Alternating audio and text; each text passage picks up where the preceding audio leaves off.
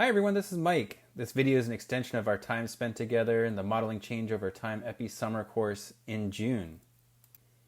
I'm following up on a request to review how to simulate time-varying independent variables and show how that can be done, so here it is.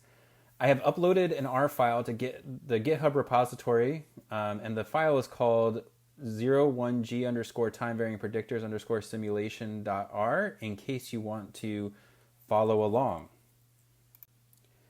As we went over in class, this equation here is the basic model for including time-varying predictors that both alter the rate of change and cause a deviation in the level of the outcome. And because these equations are difficult to understand on their own, a figure may be helpful to see how at least the deterministic components affect an outcome. This is the same figure that we discussed in class and that actually generated some of the questions that you had. And so we're going to look at a couple of the components here. The first is the delta variable, which you can see equals 0 up until time equals t star, and then equals 1 for all periods after that. This is going to adjust for the level in the outcome, so that's going to make that jump on the line, the solid line where the t star time is. And then the second variable is this new variable that you'll see in the third term on the right-hand side, and that's going to alter the rate of change. So that's going to affect the slope of the line after time t star. With that in mind, let's create a scenario that we started in class before I, in hindsight, very smartly abandoned ship rather than embarrassing myself in front of all of you trying to go through something on the fly. So if you recall, we were simulating in a very fake way the influence of heart surgery on depression. So in this case, our outcome is depression, and the predictor variable that we care about is time varying, and that's whether a patient had heart surgery. And we think that that heart surgery may have two effects. One is that it may immediately increase the level of depression, and then also that it may increase the rate of depression after heart surgery occurs. And before we get to simulating the data of the outcomes, we first need to set up a simulation of our population. So to do that, we're going to simulate a data set of patients, and that's the top part of the code on the right-hand side. We're going to assume that we follow 150 patients and that 25% of them have heart surgery sometime during our 5-year study. And so what we're going to do is we're going to record in this has surgery variable whether someone was predicted to have surgery or not. And then we're going to assume with an equal probability that, we're going to assume that a patient that does have heart surgery, that heart surgery occurs with equal probability across the 5 years that we are simulating following them up.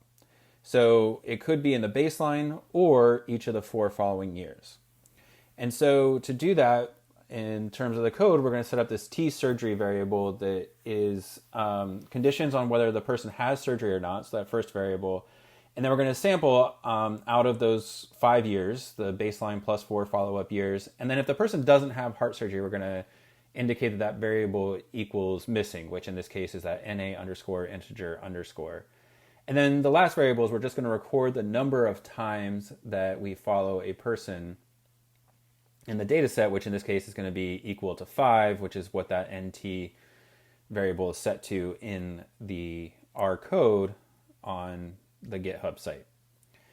After we do that, we're also going to need to create a person year data set. And so we're going to kind of unfold the wide format and repeat the observations for each patient 5 times. And so that's what that uncount command does. And then we're going to create 3 variables that are going to be really important for our analysis. The first one is one that we've gone over dozens of times during class, and that's the T variable. So T counts the the time in the study, and so we're going to start at 0 and again go up to 4. And then we're going to indicate whether the respondent had surgery at that time or any time previous. And so in order to do that, we're going to use this if-else command, where we're going to say that if the time when the person had surgery, so that has surgery variable that we created before, is greater than or equal to time, then we're going to say that the patient has, at that time or any time later, had surgery. that time or any time previously had surgery. And then we're also going to create this variable time since, which is going to count the number of years after the year that the person has heart surgery that they are continuing in the study. And so I'm going to show you in just a second what that looks like in the data, but just to keep a couple things in mind here. The first is thinking about both the person level and the person year level and making sure that our variables are corresponding to our hypotheses, which is the had surgery variable corresponds to the jump in level, and the time since corresponds to the change in slope that occurs because of the experience of heart surgery for a given patient. Now we'll need to create the associations between our independent variables. Again, remember that's the whether a patient had heart surgery at that time or any time previously, and how much that heart surgery affects their slope or their change in time in depression. And so what I've listed on the left here is a set of parameters, and what I've shown on the right is the code to create those. And so in the simulation, we're going to assume that depression across those who have not had heart surgery starts at a mean of 5 and decreases by 0.125 points on our 10-point depression scale per year. And you can see where that corresponds to the gamma not here, the 5, and then the decrease of negative 1/8 of a point per year. And then we're also going to mention our random parameters here. We're going to say that those initial values off of the mean of 5 here are going to vary with a standard deviation of 0.5. And the slopes for each person are going to vary with a standard deviation of 1/16 of a point. And you can see that here in the tau naught and the tau 1 for the slope and for the intercept and the slope parameters respectively. And you're going to see that just out of habit, I gotten used to writing the standard deviation because that's easier to think in terms of standard deviations, in terms of units rather than units squared. But because normally we'd be entering this into a variable normal distribution, we would be entering the variances rather than the standard deviation. So in this case, I square each of those to include the variance. But in this case, we're actually going to assume that there's no variation between the tau naughts and the tau 1s, and we're just going to assume that each vary independently for ease and making it easier to estimate the final models that we simulate. And then we're also going to say that each person's depression trajectory varies each year by 1/16 of a point, and so we're going to add that here. And because we're on the first level now, and just the quirks of R, we're going to enter that as a standard deviation, not as the variance. And then so that handles the standard random intercepts and random slopes model. But what we want to model is how changes that occur within a person over time affect their rate of depression. And so now we're going to get to the deterministic parameters of the model that we want to show. And so the first thing we're going to say is that surgery immediately increases depression by 0.5 points. And so we're going to create this variable here, gamma underscore 2 naught, that equals 0.05. And if you go back to the slide with the equation on it, that's going to be our delta parameter, and then our delta variable. And then the second thing we're going to say is that that surgery increases the slope of depression. So depression is going to increase faster among those who have had surgery than those who haven't, but only do so after they had surgery. And so that's going to be 3/16 of a point per year. And so we enter that value here under the gamma 3 naught, and that corresponds to the new parameter in the equation from the first slide that I showed you. Once we do that, once we have all of these variables set, we have our deterministic component up in this part of the model, and we have our stochastic component down in this part of the simulation. We're going to create our beta naughts and our beta 1s, and then we're going to so this is going to be, there's going to be one beta naught for each person, one beta 1 for each person, and then we're going to create a data set that includes the beta naught for each person, the beta 1 for each person, the influence of having had heart surgery on the immediate level. So we're going to have to multiply that gamma 2 naught times our had surgery variable, and the change in the slope or the change in the trajectory of depression after having heart surgery by multiplying this gamma 3 naught times our variable time sense, which we created a second ago. And then we're going to have our random variation off of each person's individual slope or trajectory of change.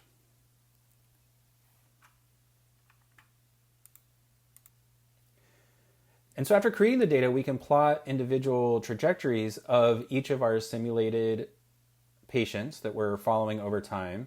And what I've done here is plot the patients who ever had heart surgery in blue and those who never had heart surgery in red. And what you can see is that they start off with relatively similar distributions at baseline, but by the time we get 4 years later, or after time equals 5, or time equals 4, but our fifth observation, we see that those who had heart surgery are more likely to be depressed than those who did not, given the clustering of blue lines up here and red lines down here.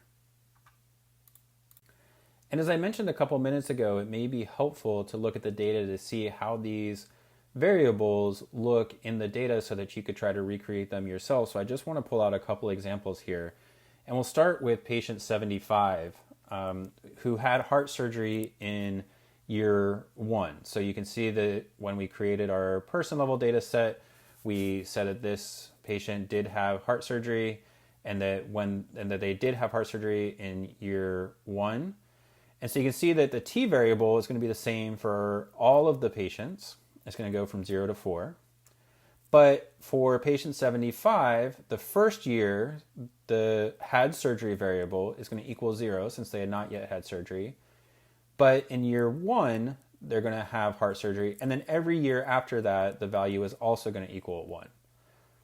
And so that's going to measure the jump in level that heart depression causes due to an immediate effect, right? So that's that jump in the values that occurs at that point. And in theory, we could have a variable that said that in years where the patient experiences heart surgery, they have that 1, and then after that, when they don't have heart surgery, they go down to 0. We could think of a number of different variables. That variable does not necessarily need to stay 1 over time. It's just how we've created the simulation. The second variable, or I guess the second to last variable on the screen, is the time sense variable. And you can see that it equals 0 for the first 2 periods and and then equals 1, 2, and 3 to track how long since that patient has had heart surgery. So if we follow them up after year 1, we see that they had heart surgery in year 1. So there's 0 time elapsed between when they had heart surgery and when we're observing them. But the next year, when t equals 2, there's been 1 year since the patient had heart surgery and when we are observing them. And then again in year 3, it will have been 2 years. And in year 4, it will have been 3 years since that patient had heart surgery. And you can see how these differ from one another. If you look at patient 25 that had heart surgery in year 2, you can see that the values for had surgery are 0 in years 1 and 2, and 1 in years, 0 when t equals 0 and t equals 1, and then equals 1 when t equals 2, 3, or 4. And the time since variable equals 0 when t equals 0, t equals 1, and t equals 2, but then increases by 1 per year in years where t equals 3 and t equals 4.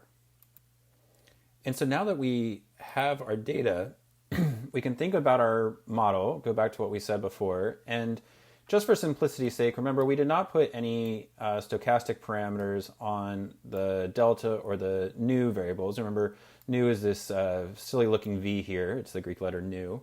And we can actually analyze our data now based on this model.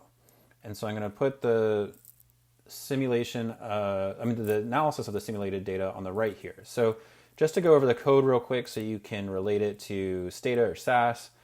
The depression here is our outcome variable. It's predicted by a variable t, which is going to correspond to this gamma 1 naught here. We're also going to have a value for whether the patient ever had surgery at that period or any time prior, and that's going to correspond to our delta variable here. And then we're also going to have this time sense variable, which is going to correspond to our nu variable.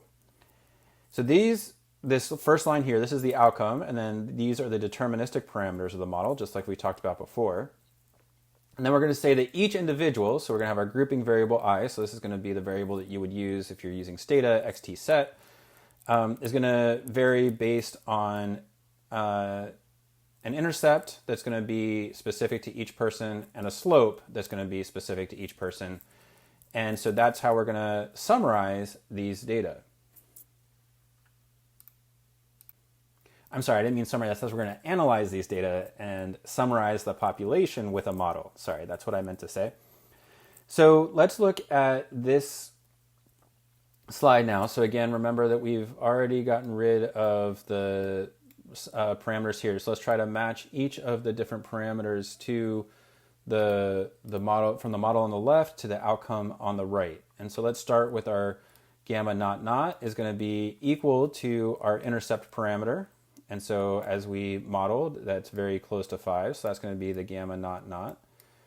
Just as we talked about several different times during class, our gamma 1 naught is going to be the variable that is multiplied times time. So this is going to be our gamma 1 naught variable here. And then this variable had surgery, as we just mentioned on the last slide, is going to correspond, the variable had surgery in our data set corresponds to delta here. So the value of the parameter is going to be equal to the gamma delta naught. And then the time sense variable is going to be related to our new variable here. So this is going to be gamma new naught. So that takes care of the deterministic components of our model. And now let's look for the stochastic components. And so this is just the same as any other random intercepts, random slopes model.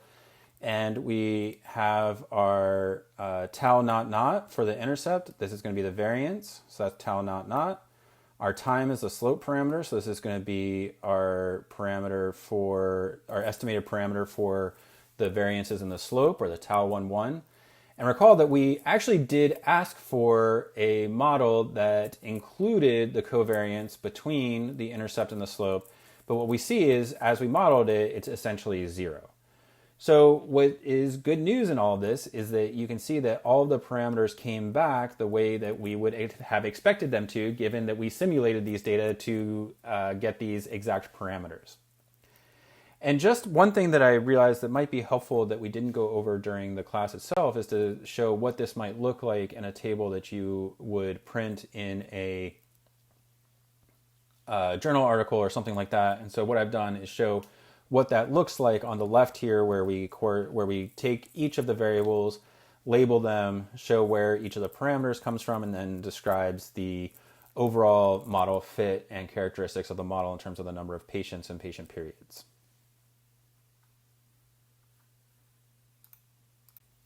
The values in a table, although important and can display a lot of information, don't make a lot of intuitive sense, especially to people who might not be as steeped in the literature as you are, and certainly not as steeped in the data as you are. So for readers, it might be helpful to describe a few substantively meaningful or theoretically relevant or common trajectories, which in our case is going to be a little bit hard because, we totally made up this scenario. So we're going to need to create some, substantively meaningful scenarios as well to model. But in the case of your own studies, you're going to have kind of hypotheses or ways that are meaningful for people to change over time that you're going to want to be able to show. And so you're going to want to make a kind of exemplar case for each of those cases. And so for our simulated example here, I chose 3 different trajectories. One is someone who experienced no surgery. A second is someone who experienced surgery at the start of the study period, so when t equals 0. And our third is for those who experienced surgery in the third year of their study, or when t equals 2. And what you can see here is that on the left, I've listed out the scenarios, and on the right, I've created data for each one of those cases. And so in this case, each row represents a row of the data, with the I variable being our case, our t variable being the time. That's going to be the same for all of the simulated examples. We're going to have a variable for had surgery and a variable for time sense. And you can notice that for someone who never had surgery, our independent variables are always 0. But for our respondent who had a surgery after t equals 0, we're going to need to indicate that in both the had surgery and the time since variables. So for this respondent, we're going to have a vector of 1s here because ever since they entered our study, they've had heart surgery, right? Anytime, remember, this variable measures whether the person had had heart surgery at that time or any time previous, and since we don't observe them before they had heart surgery, we see no zeros in this data. The time since variable similarly is going to follow our time variable, since when we start observing them, they had surgery at that time. So 1 year later, when t equals 1, they're going to have had 1 year post-surgery. At time equals 2, they're going to be 2 years post-surgery. Time equals 3, 3 years post-surgery. And at time equals 4, 4 years post-surgery. Our final case describes someone who had surgery when t equals 2. And so here we're going to have a similar setup with the I variable, our time variable, and then our had surgery and time since variables. And so here, since in time 2 is when our simulated patient has surgery, it's going to be 0 in the first 2 periods, and then 1 for every period after they have surgery, which occurs in time equals 2. And then our time since variable is going to be indexed to start at 0 when they had surgery in time 2. So we're going to get 0, 1, and 2 as the last 3 digits here. And so from this, we're going to predict our model. So the predict command here basically just says, does all the hard work for us of multiplying the deterministic components of our matrices against the the values that we have set in our descriptions here. And one key component that's going to be important is that we do not want to include the stochastic components that were predicted from the model, right? Remember, each individual in our data has a stochastic component that corresponds to their own beta naught and their own beta 1. And so we're going to want to make sure that we get rid of those. And so we indicate that by saying that we don't want those with this tilde 0 here. And so once we create the predicted values for each of those 3 cases, we can plot that data just like we can plot anything else. And so this is what it looks like when we plot those values. The 3 simulated, or I should say conceptually meaningful scenarios that we create based on our data of no surgery, surgery at time equals 0, and surgery at time equals 2 are listed on the left. And you can see the line for each of those trajectories on the right. So our number 1, no surgery, corresponds to the red line in the plot on the right. Our surgery at the start of the study period, time equals 0, it corresponds to the green line on the right in the plot on the right. And the surgery in the 3rd year of the study, or time equals 2, corresponds to the blue line in the plot. And so now we can put it all together. We have what would go into a paper with the table on the left and our example cases on the right. And just to see where each of these things corresponds to each other, we can look at each of the deterministic components on the left here and look at where they are on the right. And so I've eliminated the intercept in this table because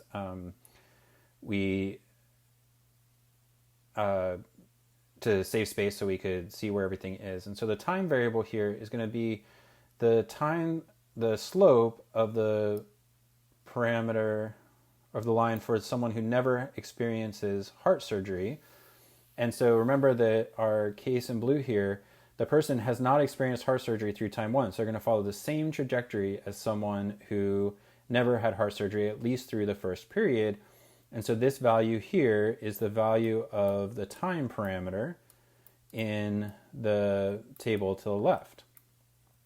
The had surgery variable, remember, is the jump that occurs at the point at which the person has surgery. And so it's about half a point. And so that value is the distance from here to here, as well as the same distance from here to here. And the only difference being that the green line shows someone who had heart surgery at the very beginning of the period, and the blue line shows someone who had surgery at time equals 2. And then finally, we have the time since surgery parameter here, this 0.175, which equals the slope after the change in the slope due to after the person has surgery. So let me say it again. That is the slope that the person has after they experience surgery. And so remember, since time and time since surgery are going to be related here, we're going to have to add all of these components together. So the difference in the slope, right, between those who do not experience heart surgery and those who do is 0.175, but the actual slope is going to be closer to 0.5 because you're going to subtract time, which is still continuing for the people who had heart surgery, from their slope. And so it's going to be slightly positive, which you can see here on both the green line, which is going to be from, this is the time since surgery, and it's the same slope that occurs here. So these two lines are now parallel once the person in the surgery time equals 2 scenario had surgery.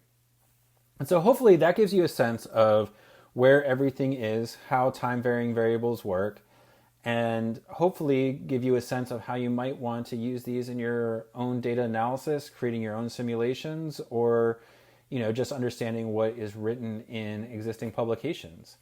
And so if you have any questions, please feel free to reach out. It was a real pleasure to get to know all of you, even for the short time that we had together. I'm happy to answer questions, and otherwise have a great rest of your summer and good luck with modeling change over time.